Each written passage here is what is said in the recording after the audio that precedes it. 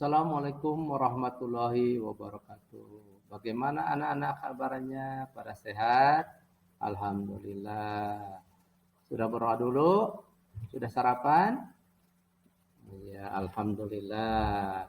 Yang belum sarapan, harus sarapan dulu ya nak ya, agar tenaga kita sehat dan kuat dan pembelajaran kita pun akan lebih menyerap. Tapi yang lebih penting lagi, kita harus berdoa dulu kepada Allah Subhanahu wa taala agar kita dimudahkan dalam segala kegiatan. Marilah kita berdoa dulu anak-anak. Berdoa dimulai. A'udzubillahi minasyaitonir rajim. Bismillahirrahmanirrahim. Alhamdulillahirabbil alamin. Arrahmanirrahim. Maliki yaumiddin. Iyyaka na'budu wa iyyaka nasta'in. Ihdinas siratal mustaqim. Siratal ladzina an'amta 'alaihim ghairil maghdubi 'alaihim waladdallin. Amin. Anak-anak, alhamdulillah kita bisa bertemu dalam keadaan sehat walafiat. Dan untuk itu hari ini kita akan belajar tentang ejaan bahasa Indonesia yang sering salah digunakan. Dan pembahasannya kita perhatikan baik-baik nak. Nah, di dalam bahasa Indonesia ya, kita akan menemukan pengertian dulu. Nah, pengertian ejaan adalah penggambaran bunyi bahasa, kata, kalimat, dan sebagainya dengan kaidah tulisan huruf yang distandarisasikan dan mempunyai makna. Ejaan biasa memiliki 3 aspek, yaitu aspek fonologis yang menyangkut penggambaran fonem dengan huruf dan tulisan abjad. Yang 2, aspek morfologis yang menyangkut penggambaran satuan-satuan morfonis atau pembentukan kata. Yang ketiga, aspek sintaksis yang menyangkut penanda ujaran berupa tanda baca. Nah, ejaan ini mengalami perubahan mulai dari EYD yang berlaku mulai tahun 72 hingga tahun 2015. EYD ini menggantikan ejaan Republik atau ejaan Suwandi. Nah, yang sekarang kita sebut pengganti EYD yaitu ejaan bahasa Indonesia yang berlaku sejak tahun 2015. Anak-anak, secara umum hal-hal yang diatur dalam EYD adalah penulisan huruf termasuk huruf kapital dan huruf miring, tulisan kata, tulisan membaca, tulisan singkatan dan akronim, tulisan angka dan lambang bilangan, tulisan unsur serapan. Nah, anak-anak, di dalam penulisan huruf, nah kita harus tahu dulu awal nulis itu harus huruf besar ya, kemudian huruf miring itu pun, nah yang bagaimana huruf miring? Nah, huruf miring itu adalah huruf yang ungkapan-ungkapan atau bahasa serapan. Nah, kita lanjut ya nak ya. Nah, penggunaan kata depan di dan ke yang disambungkan dan dipisah. Kata depan di dan ke sebelum nama tempat atau arah haruslah dipisah seperti di selatan, di kota Jakarta, di sana. Tetapi kata depan di dan ke yang diikuti kata selain penunjuk kata tempat bisa digabung seperti kata diterima, penggunaan, dan sebagainya. Kedua, kata atau ungkapan asing ditulis dengan huruf miring.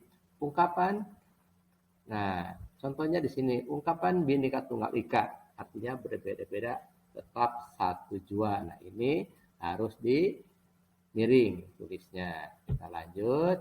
Penggunaan huruf kapital pada huruf pertama untuk menunjukkan kekerabatan. Penunjuk hubungan kerabatan contoh pada kata bapak, ibu, saudara, adik, dan kakak. Kata ini berawalan kapital jika digunakan dalam menyapa atau mengacu seperti kemarin ayah kemana. Nah, kemarin ayah kemana ini menyapa si ayah ya, baru huruf besar kata ayahnya. Tetapi jika tidak digunakan untuk menyapa, contoh di sini, saya memiliki 2 adik dan 1 orang kakak. Nah, ini sebagai pemberitahuan kata adik dan kakak di sini tidak huruf besar. Tapi kalau kakak sedang apa? Adik kemana? Nah, itu ya huruf besar kata adiknya. Nah, kemudian yang keempat, penulisan kosakata dianggap bahasa sehari-hari karena pengaruh dialek lagam bahasa. Nah, di sini kita sering salah. Nah, di sini ada kata silahkan dan silakan ya, antri dan antre.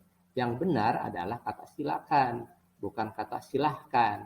Yang antri itu salah, yang benar adalah antre. Nah, disinilah penggunaan pengaruh dari dialek dan lagam bahasa yang mempengaruhi penggunaan bahasa Indonesia yang baik dan benar, ya. Nah, itu kita lanjut. Nah, penulisan huruf miring dalam bahasa Indonesia dalam ya pembelajaran umum ejaan bahasa Indonesia digunakan dalam beberapa hal. Huruf miring dipakai untuk menulis judul buku, nama majalah atau nama surat kabar yang dikutip dalam tulisan termasuk dalam daftar pustaka. Misalnya, saya sudah membaca buku Salah Asuhan karangan Abdul Muiz. Nah, di sini salah asuhan. Majalah Pujangga Baru menggelora semangat kebangsaan. Nah, di sini nama buku, judul buku, ya. Kemudian berita itu muncul dalam surat kabar Cakrawala. Nah, ini pun sama nama surat kabar. Pusat Bahasa 2011, Kamus Besar Bahasa Indonesia, Pusat Bahasa, edisi keempat, cetakan kedua, Jakarta Gramedia Pustaka Utama. Nah, ini pun ya. Nah, ini judul bukunya harus tulis huruf besar, ya. Huruf miring, besar dan miring. Nah, kita lanjut. Huruf miring dipakai untuk menegaskan atau mengkhususkan bagian kata atau kata kelompok. Contoh di sini, huruf terakhir kata abjad D. Dia tidak diantar, tapi mengantar. Dalam bab ini tidak dibahas pemakaian tanda baca. Nah, kata tidak ini untuk penegasan, ya. Buat kalimat dengan menggunakan ungkapan lepas tangan. Nah, ini juga sama untuk mengungkapkan, ya, penegasan. Kita lanjut. Nah, catatan nama diri seperti nama orang, lembaga atau organisasi dalam bahasa asing atau bahasa daerah tidak ditulis dengan huruf miring. Nah, dalam naskah tulisan tangan atau mesin tik, bukan komputer, bagian yang akan cetak miring ditandai dengan garis bawah.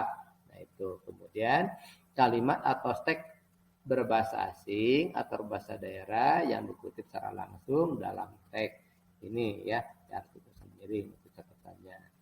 Nah, sekian dan terima kasih.